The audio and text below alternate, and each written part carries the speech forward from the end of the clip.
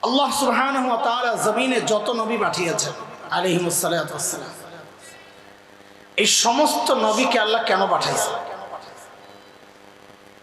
আল্লাহ তাআলা যখন দেখেছেন তার বান্দা ধ্বংসের খাদে চলে গেছে, জাহান্নামের রাস্তায় ছুটে চলেছে, ওই বিপন্ন বিপর্যস্ত মানবতাকে রক্ষার জন্য, ওই অসুস্থ মানুষগুলোকে সুস্থ করার জন্য হযরত মূসা আলাইহিস সালামকে আল্লাহ দুনিয়ায় কখন পাঠিয়েছেন? আল্লাহ তাআলা যখন দেখেছেন তার বান্দা বনি ইসরাঈলের উপর ফেরাউন এবং তার বংশের লোকদের এমন নির্যাতন চলছিল যে বনি ইসরাঈল একদম নিঃশেষ হয় প্রায়। নির্যাতনের কিছু ধরন কোরআন আল কারীমের মধ্যে আসছে, যেমন সূরা ইব্রাহিম 6 নম্বর আয়াত। এখানে একটা ধরন আসছে, আল্লাহ তাআলা বলেছেন, আল্লাহ বলেন وَإِذْ قَالَ مُوسَى لِقَوْمِهِ اذْكُرُوا نِعْمَةَ اللَّهِ عَلَيْكُمْ إِذْ أَنْجَاكُمْ مِنْ آلِ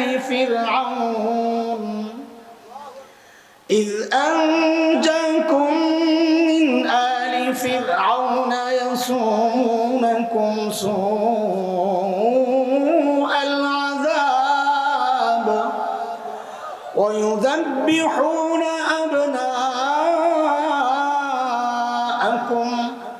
وَيَسْتَحْيُونَ نِسَاءَكُمْ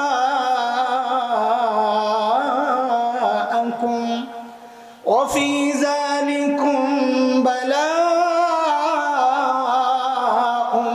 مِّن رَّبِّكُمْ عَظِيمٌ। এই আয়াত আল্লাহ নির্যাতনের ধরন দেখাইছেন ফেরাউন কি করত। যখন বনি ইসরাইলে কোনো মেয়ে জন্ম নিত ফেরাউন বাঁচায় রাখত, কিচ্ছু বলতো না। কিন্তু যখনই কোনো ছেলে জন্ম নিত তো ফেরাউন নিজের ক্ষমতা হারাবে এই ভয়ে ওই ছোট্ট শিশুদেরকে জবেহ করে করে হত্যা করত। আচ্ছা আমাকে একটু বলেন তো আপনারা, এই ছোট্ট বাচ্চা সদ্যজাত যার হাড্ডিগুলো এখনো গোশতের মতো নরম, এই বাচ্চার পক্ষে ফেরাউনের মতো এত শক্তিশালী বাচ্চাকে ক্ষমতা থেকে নামানো সম্ভব ছিল? বলেন বলেন। তাইলে ফেরাউন এই বাচ্চাদেরকে এত ভয় পেত কেন? বলে এটা আল্লাহ তাআলার দুনিয়া পরিচালনার একটা সিস্টেম। কেউ যখন হক হয় সে যত দুর্বল হোক না কেন, কেউ যখন বাতিল হয় সে যত শক্তিশালী হোক না কেন, আল্লাহর সিস্টেম এটা।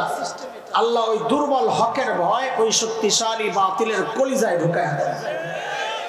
এর এক জ্বলন্ত প্রমাণ হচ্ছে বাংলাদেশের আলেম ওলামা। কি আছে রে ভাই আমার কাছে মিসওয়াক আর তসবিহ ছাড়া, এরপরে যেই ভয় পায়, আরে মরে গেল ভয় পায়। আমার মনে আছে কোরআনের পাখি আল্লামা দিলওয়ার হোসেন সাঈদী রাহিমাহুল্লাহ, মানুষটা যখন চলে গেলেন দুনিয়া থেকে, আমার বাসার কাছে পিজি হসপিটালে, ও আল্লাহ সারা রাত কি তাণ্ডব রাজে ওরা চালাইলো। শব্দ বোমা খালি মারতেছিল, আওয়াজ কি যেমন যুদ্ধ অবস্থা। তো আমি মনে মনে হাসতেছিলাম, আরে মানুষটা মারা গেছে তারপরে এত ডর। মানে কি, যে মানুষ যেহেতু হক ছিলেন, মৃত্যুর পরেও ওই বাতিলের কলিজা থেকে এখনো ভয় যায় না। এটাই হচ্ছে বাস্তবতা। আচ্ছা এই পর্যন্ত যা বলেছি বুঝেছেন আপনারা? আমার সিস্টেমটা বুঝলাম, একটু একটু করে বুঝে বুঝে আগাইতে হবে।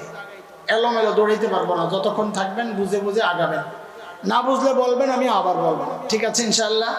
হ্যাঁ ইনশাল্লাহ তো কয় না। আপনার মনোযোগ আছে না? ঘুমায় গেছেন? আছে মনোযোগ? আপনাকে একটা বদ অভ্যাস আছে, বলেন ঠিকই কিন্তু পরে পরীক্ষা করলে পরে ফেল করে না, এটাও ঠিক না? তো কে কে ঘুমাইছেন দেখি তো একটু হাত উঠায় দেখান তো। আল্লাহু আকবার।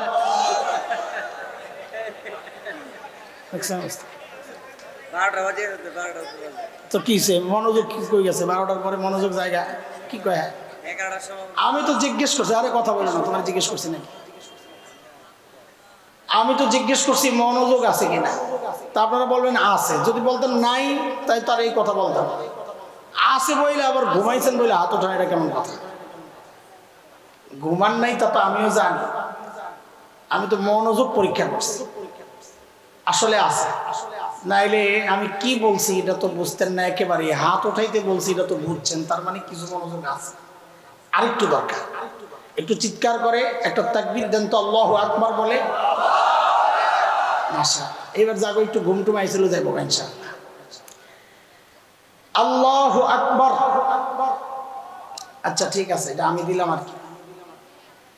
আচ্ছা বলেন তো সর্বশ্রেষ্ঠ রাসূলকে? সাল্লাল্লাহু আলাইহি ওয়াসাল্লাম। ঠিক আছে, আরেকটা প্রশ্নের জবাব দিবেন, এই দুইটারে ভর্তা বানাইয়া তৃতীয় একটা বিষয় বের করবেন ইনশাআল্লাহ। রোগী যদি ছোট হয়, ধরেন আমার মতো গলা ব্যথা, এই ছোট্ট রোগের চিকিৎসার জন্য মানুষ কই যাবে? এলাকার ডাক্তার না দেশের বড় ডাক্তার? কিন্তু রোগী যদি বড় হয় তাও কি এলাকার ডাক্তারের কাছে যাবে না বড় ডাক্তার? কত বড় রোগী যত বড়, মানুষ ডাক্তারও তালাশ করবে তত বড়, ঠিক কিনা? এই যে দুইটা বিষয়কে মিলাইছে, তো এইবার 3 নম্বর আরেকটা বিষয় বুঝেন। যেহেতু আল্লাহ তাআলা সমস্ত নবীকে দুনিয়ায় পাঠিয়েছেন দুনিয়ার অসুস্থ মানুষের চিকিৎসার জন্য, তাইলে বুঝতে হবে আল্লাহ সর্বশ্রেষ্ঠ রসুলকে ওই যুগেই পাঠাইছেন যেই যুগের মানুষগুলো ছিল মানব ইতিহাসের সবচাইতে জঘন্য আর খারাপ মানুষ। কেমনে বুঝলেন? বলে ডাক্তার যেহেতু সবচাইতে বড়, বোঝা গেল যে রোগীদের চিকিৎসার জন্য পাঠানো হয়েছে, ওরা রোগীও ছিল সবচাইতে বড়। সেই রোগীদের যুগটাকে ইতিহাসে বলা হয় আইয়ামে জাহিলিয়া। কি বলে?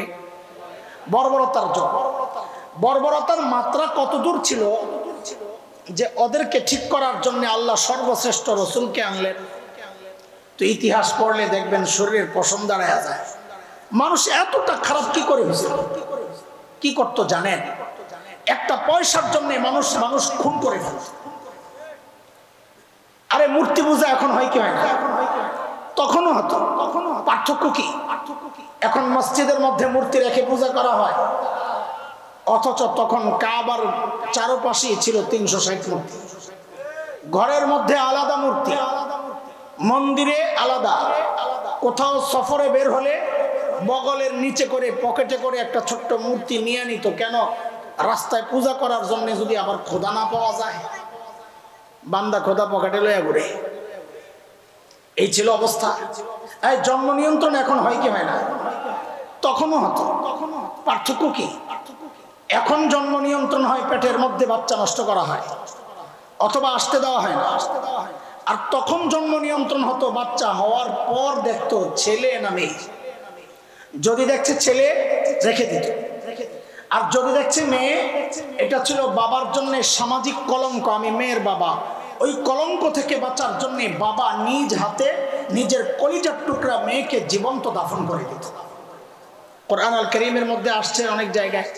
সূরাতুন নাহাল 14 নম্বর পারার সূরাতুন নাহাল 58, 59 নম্বর আয়াত। এখানে আল্লাহ বলেছেন এটা। আল্লাহ বলেন, وَإِذَا بُشِّرَ أَحَدُهُم بِالْأُنثَىٰ ظَلَّ وَجْهُهُ مُسْوَدًّا وَهُوَ كَظِيمٌ يَتَوَارَىٰ مِنَ الْقَوْمِ مِن سُوءِ مَا بُشِّرَ بِهِ أَيُمْسِكُهُ عَلَىٰ هُونٍ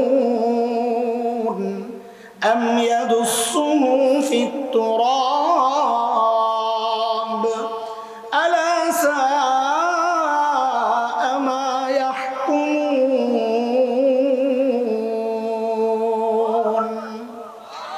এই ছিল তখনকার আরবের সামাজিক অবস্থা। আচ্ছা মানুষগুলো এতটা খারাপ কেন হয়েছে? কারণটা কি?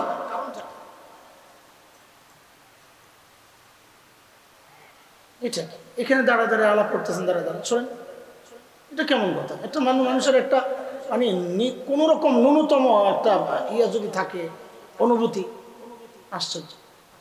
আবার দাড়ি টুপি সব আছে, কিরে ভাই এতটা বেপরোয়া হলে কেমন হবে ভাই? মানুষগুলো এতটা খারাপ কেন হয়েছে? কারণটা আমাদের দারুল দেওবন্দের প্রায় 52 বছরের প্রিন্সিপাল হাকিমুল ইসলাম কারি তৈয়ব রহমতুল্লাহ আলাই বলেন, মানুষগুলো এতটা খারাপ হওয়ার পেছনের মৌলিক কারণ ছিল 2টা। এখান থেকে আমাদের মূল পয়েন্ট শুরু, আপনারা মুখস্থ করা শুরু করেন এখান থেকে। বলেন মৌলিক পয়েন্ট ছিল কয়টা? মূল কারণ ছিল কয়টা? এক নাম্বার জাহালত, মূর্খতা, লেখাপড়া ছিল না। দুই নাম্বার চারিত্রিক অধপতন, চরিত্র ভালো ছিল না। দেখেন এই দুইটা সমস্যা এতটা মারাত্মক সমস্যা, একটাও যদি কারো মধ্যে থাকে সেও অপরাধ করে। যেমন একজন ইঞ্জিনিয়ার, সে শিক্ষিত না মূর্খ বলেন তো? শিক্ষিত, লেখাপড়া করছে, আচ্ছা, বরং মেধাবী ছেলেরাই তো ইঞ্জিনিয়ারিং পড়ে, ডাক্তারি পড়ে। অথচ আমরা গত টার্মে কি দেখেছি, এক ইঞ্জিনিয়ার সাহেব সরকারি কাজের টেন্ডার পাইছেন, ব্রিজ বানাবেন, তো উনি ওখানে রডের বদলে বাঁশ ঢুকাইয়া দিচ্ছে। শুনেন নাই? আরে পত্রিকায় দেখেন নাই? সে কি জানে না এখানে রড ঢুকাতে হবে? তারপরও কেন বাঁশ ঢুকালো? চরিত্র খারাপ, চরিত্র খারাপ। কিয়ামত পর্যন্ত, মানে এইখানে এই কথা, এটা মাথায় রাখেন, মূল পয়েন্ট এটা আলোচনার। কিয়ামত পর্যন্ত এই সমাজে যত সমস্যা দেখা দিবে, সমস্ত সমস্যার পেছনের মৌলিক কারণ এই দুইটাই, হয় শিক্ষা নাই অথবা চরিত্রের ঠিক নাই। তো বলেন তো ঠিক করে, মৌলিক সমস্যা কয়টা? এই মৌলিক দুই সমস্যা ঠিক করার জন্য সমাধান হিসাবে আল্লাহ সুবহানাহু ওয়া তাআলা সর্বশ্রেষ্ঠ রাসূল সাল্লাল্লাহু আলাইহি ওয়াসাল্লামকে মৌলিক দুইটা দায়িত্ব, মৌলিক দুইটা সমাধান দিয়ে আমার নবীকে আল্লাহ দুনিয়ায় পাঠায় দিয়েছেন। বলেন আবার ঠিক করে, সমস্যা কয়টা? সমাধান। এইটা আমাদের মূল পয়েন্ট। এটা যত বুঝবেন, কথা সামনের গুলো সব বুঝবেন ইনশাআল্লাহ। বলেন সমস্যা কয়টা? সমাধান। আবার বলেন, সবাই বলেন, সমস্যা কয়টা? সমাধান। আল্লাহর হাবিব নবুয়ত পেয়ে ঘোষণা দিলেন, ইন্নামা বুইসতু মুআল্লিমা বুইসতু লিউতাম্মিমা মাকারিমাল আখলাক।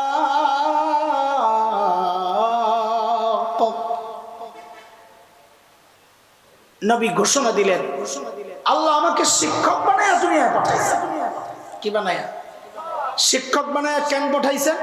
ওই যে এক সমস্যা, মূর্খতা, ওই মূর্খতা দূর করার জন্য। দুই নম্বর নবী বলেন, আল্লাহ আমাকে সর্বোচ্চ উন্নত চরিত্র দিয়ে দুনিয়ায় পাঠিয়েছেন কেন? আমি যেন এই বর্বর চরিত্রহীন মানুষগুলোর পেছনে মেহনত করে করে ওদেরকে মানব ইতিহাসের শ্রেষ্ঠ চরিত্রবান মানুষ বানাতে পারি। বলেন তো আবার ঠিক করে, সমস্যা কয়টা? সমাধান। একটা ছোট্ট কথা বলেনি ফাঁকি দিয়া, আমাদের নবী কি ছিলেন? আমি কি বলছি? শিক্ষক। বলেন কি ছিলেন? শিক্ষক। আমাদের নবীকে আল্লাহ শিক্ষক বানাইয়া পাঠাইছেন। দেখেন আপনাদের যারা মাদ্রাসাওয়ালা না, আমি তো বলছি মাদ্রাসার প্রসঙ্গে বলবো আজকে, যারা মাদ্রাসাওয়ালা না, আপনাদের গর্বের অনেক উপলক্ষ আছে। কষ্ট নিয়ে না, আমরা কিছু বললে কি কষ্ট পাইবেন? মাফ করে দিয়ে, কষ্ট দেওয়ার জন্য কথাগুলো বলছি না, বলবো না। আপনাদের হৃদয়ে আফসোসের আগুন জ্বালাইতে কথাগুলো বলে, আরে কি করলাম এটা। আপনারা যারা মাদ্রাসাওয়ালা না, গর্বের অনেক উপলক্ষ আছে। কেউ ডাক্তার, তার গর্ব। কারো ছেলে ডাক্তার, তার গর্ব। কেউ ইঞ্জিনিয়ার, তার গর্ব। কেউ শিল্পপতি, তার গর্ব। কেউ সমাজপতি, তার গর্ব। কেউ জনপ্রতিনিধি, তার গর্ব। কারো ছেলে মেয়ে ইউরোপ আমেরিকায় থাকে, তার গর্ব। কিন্তু আমরা এই যে মোল্লা মুন্সি, যাদেরকে আপনারা সেকেলে মনে করেন, ব্যাকডেটেড মনে করেন, চার দেয়ালের ভেতরের কিছু প্রাণী মনে করেন, বাইরের দুনিয়ার খবর রাখে না মনে করেন, আমাদের গর্বের এত উপলক্ষ নাই বটে ঠিক, কিন্তু আমাদের গর্বের একটা জায়গা আছে। সেটা কি জানেন? আমরা লেখাপড়া যাই করি না কেন, তার গোড়ায় মুহাম্মদুর রাসূলুল্লাহ সাল্লাল্লাহু আলাইহি ওয়াসাল্লাম। এটা আমাদের গর্ব। আপনি বলেন কেমনে? তো শুনেন, আমি একটা ছোট্ট উদাহরণ দিই। এখানে ওলামারা আছেন, আমার ভাইরা আছেন। বুখারী শরীফের নাম শুনছেন? শুনছেন? শুনবেন এই তো। এখন তো মোবাইল টিপা টিপা বুখারী দেখে আপনারা হুজুরের বিরুদ্ধে ফতোয়া দেন। এখন তো নতুন উস্তাদ পায়ে গেছেন, এখন আর আলিমের কাছে আসে না। নতুন উস্তাদ পাইছে পাবলিক, ফদিলাতুশ শেখ আল্লামা মুফতি ইন্টারনেট লানাতুল্লাহি আলাইহি। ঠিক নি কথা? না না না, এলেম শিখবো, দিন শিখবো কার কাছে? ইন্টারনেটের কাছে না, কার কাছে? আলিমের কাছে। তো বুখারী শরীফ আমরাও পড়ছি, আলহামদুলিল্লাহ। এখানে অনেক আছেন, পড়েছেন, ওস্তাদও থাকতে পারেন, আমি জানি না। প্রথম হাদিস ইন্নামাল আমালু বিন্নিয়াত, লম্বা হাদিস। এই হাদিসটা আমি ঢাকার ফরিদাবাদ মাদ্রাসায় পড়েছি। আমার ওস্তাদ ছিলেন শেখুল হাদিস আল্লামা আব্দুল হাফিজ রহমতুল্লাহ আলাইহি। দেওবন্দ মাদ্রাসায় পড়েছি। আমার ওস্তাদ ছিলেন এই হাদিসের শেখুল হাদিস আল্লামা নাসির খান রহমতুল্লাহ আলাইহি। আমার এই দুই ওস্তাদের ওস্তাদ ছিলেন শেখুল আরব ওয়াল আজম হযরত হুসাইন আহমদ মাদানী নওয়ারাল্লাহু মারকাদা। তার ওস্তাদ ছিলেন শেখুল হিন্দ মাহমুদ হাসান দেওবন্দি রহমতুল্লাহ আলাইহি। তার ওস্তাদ ছিলেন কাসিমুল উলুম ওয়াল খায়রাত ইমাম কাসিম নানুতুবি রহমতুল্লাহ আলাইহি। তার ওস্তাদ ছিলেন শাহ আব্দুল গনি মুজাদ্দিদ দেহলভী রহমতুল্লাহ আলাইহি। তার ওস্তাদ ছিলেন শাহ মুহাম্মদ ইসহাক আদ-দেহলভী রহমতুল্লাহ আলাইহি। তার ওস্তাদ ছিলেন শাহ আব্দুল আজিজ মুহাদ্দিস দেহলভী রহমতুল্লাহ আলাইহি। তার ওস্তাদ ছিলেন শাহ ওয়ালিউল্লাহ মুহাদ্দিস দেহলভী রহমতুল্লাহ আলাইহি। তার ওস্তাদ ছিলেন আবু তাহির আল মাদানী রহমতুল্লাহ আলাইহি। তার ওস্তাদ ছিলেন ইব্রাহিম কুর্দি রহমতুল্লাহ আলাইহি। তার ওস্তাদ ছিলেন আহমদ আল কুশাশি রহমতুল্লাহ আলাইহি। তার ওস্তাদ ছিলেন আহমদ আশ-শিন্নাবি রহমতুল্লাহ আলাইহি। তার ওস্তাদ ছিলেন মুহাম্মদ আর-রমালি রহমতুল্লাহ আলাইহি। তার ওস্তাদ ছিলেন যায়নুদ্দিন আল-মিসরি রহমতুল্লাহ আলাইহি। তার ওস্তাদ ছিলেন আহমদ ইবনে আলী আল-হাজার আল-আসকালানি রহমতুল্লাহ আলাইহি। তার ওস্তাদ ছিলেন ইব্রাহিম আত-তানুখি রহমতুল্লাহ আলাইহি। তার ওস্তাদ ছিলেন আবুল আব্বাস আল-হাজ্জার রহমতুল্লাহ আলাইহি। তার ওস্তাদ ছিলেন আবু আলী আজ-জুবাইদি রহমতুল্লাহ আলাইহি। তার ওস্তাদ ছিলেন আবুল ওয়াক্ত আস-সিবজি রহমতুল্লাহ আলাইহি। তার ওস্তাদ ছিলেন আবুল হাসান আদ-দাউদি রহমতুল্লাহ আলাইহি। তার ওস্তাদ ছিলেন আবু মুহাম্মদ আস-সারাখসি রহমতুল্লাহ আলাইহি। তার ওস্তাদ ছিলেন আবু আব্দুল্লাহ ফিরাব্বি রহমতুল্লাহ আলাইহি। তার ওস্তাদ ছিলেন মুহাম্মদ ইবনে ইসমাঈল ইমাম বুখারী রহমতুল্লাহ আলাইহি। তার ওস্তাদ ছিলেন হুমায়দি রহমতুল্লাহ আলাইহি। তার ওস্তাদ ছিলেন সুফিয়ান ইবনে উয়াইনা রহমতুল্লাহ আলাইহি। তার ওস্তাদ ছিলেন ইয়াহইয়া ইবনে সাঈদ আল-আনসারী রহমতুল্লাহ আলাইহি। তার ওস্তাদ ছিলেন মুহাম্মদ ইবনে ইব্রাহিম আত-তাইমি রহমতুল্লাহ আলাইহি। তার ওস্তাদ ছিলেন আলকামা ইবনে ওয়াক্কাস আল-লাইসি রহমতুল্লাহ আলাইহি। তার ওস্তাদ ছিলেন উমর ইবনুল খাত্তাব রাদিয়াল্লাহু আনহু। তার ওস্তাদ ছিলেন মুহাম্মদুর রাসূলুল্লাহ সাল্লাল্লাহু আলাইহি ওয়াসাল্লাম। এটা আমাদের গর্ব। আমরা যাই করি না কেন আমাদের শিক্ষার গোড়ায় শিক্ষক মুহাম্মদুর রাসূলুল্লাহ সাল্লাল্লাহু আলাইহি ওয়াসাল্লাম। গর্ব তো করে, খোঁচা দেওয়ার জন্য বলছি না, আমাকে মাফ করবেন। উপলব্ধি জাগানোর জন্য, আফসোস জাগানোর জন্য বলছি। গর্ব তো করে, লেখাপড়া যা করছেন গোড়ায় কে আছে বলেন তো? না না, আপনাদেরটা আমাদেরটা না, আমাদেরটা তো বললাম, চুপ হয়ে যাবে।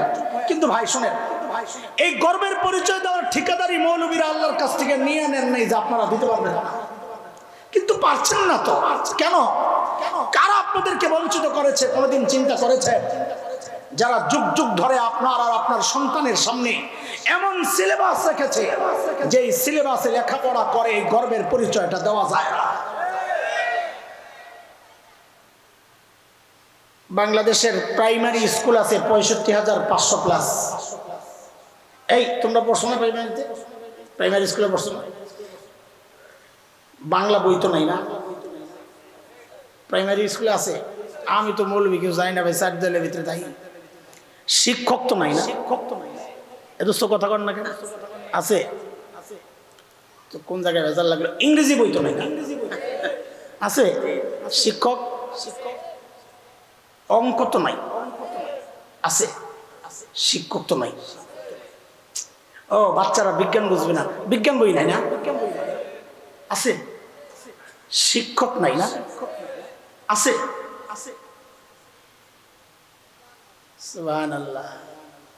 ৯২% মুসলমানের দেশে বাস করেন, একটা গর্ব ভাব। অথচ একটা অসহায় বই আছে, যে বইটা হচ্ছে ইসলাম ধর্ম শিক্ষা। বই তো আছে কিন্তু শিক্ষা চাই না। আছে। লম্বা সময় থেকে এদেশে তাওহীদি জনতার আবেদন ছিল ধর্মীয় শিক্ষক নিয়োগ দেওয়া হোক। ওলামার কি অভাব পড়ছে বাংলাদেশে? দেয় নাই ওরা।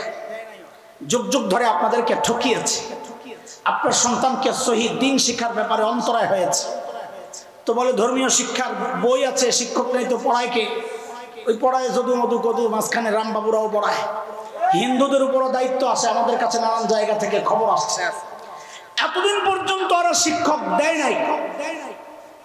বর্তমান গভর্নমেন্ট রাষ্ট্রীয়ভাবে এদেশে নাস্তিকতা চর্চার জন্য যারা উঠে পড়ে লেগেছে, তারা নতুন এক প্রজ্ঞাপন জারি করেছিল।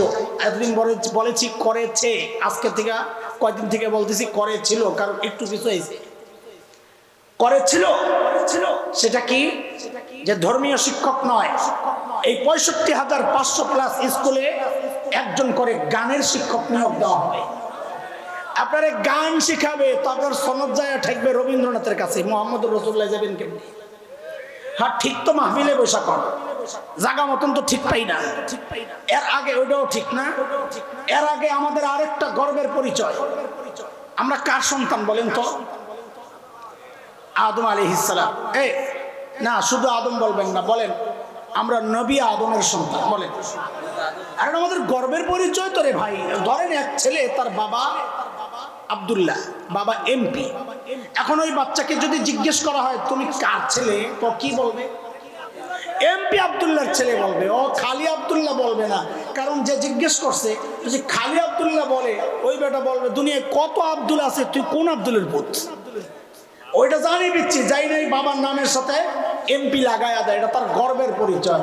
একটা সামান্য এমপির ছেলে যদি গর্বের সাথে বলতে পারে আমি এমপি আব্দুল্লাহর ছেলে, আপনি একজন নবীর সন্তান হইয়া কেন গর্বের সাথে বলবেন না আমি নবী আদমের সন্তান? বলে হঠাৎ করে নতুন গান শুরু করলেন যে, কই যে আপনারা গানের শিক্ষক নিয়োগ দিতেছেন যে, ইট মারছেন পাটকেল খান, বুঝেন নাই? বলেন এই আদমের লগে নবী কেন লাগাইতেছি? ওরা কাটাকাটি শুরু করছে, আমরা বাড়ানো শুরু করবো। কোন জায়গায় কাটছে? বলে মানুষ গণনার আগেরকার সিস্টেমটার নাম ছিল আদমশুমারি। কি ছিল বলেন না? হঠাৎ একদিন দেখি আদম নাই, নতুন নাম পড়ছে জনশুমারি।